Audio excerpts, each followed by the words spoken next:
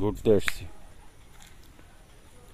তা গরমের কারণে এতটা গরম, মানে আপনি অবিশ্বাস্য। ঢাকাতে মনে হয় এত গরম বেশি, তারপরেও মোটামুটি ভালো লাগে, কিন্তু গ্রামের অবস্থাটা অনেক ভয়াবহ, কল্পনার বাইরে গরম।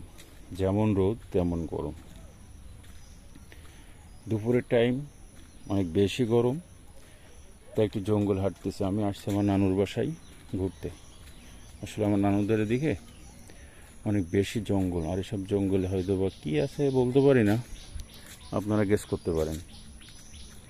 দেখেন, পুরা ভরা জঙ্গল, চারিপাশটা জঙ্গলে ভরা।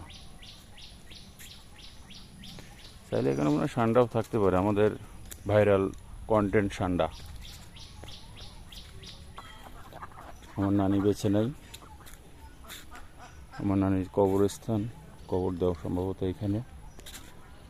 আসছি না তো, অনেক বছর পরে আসছি ঘুরতে, একটু দেখার জন্য আর কি। আবার দুপুরে খাওয়া দাওয়া করে চলে যাব ইনশাল্লাহ,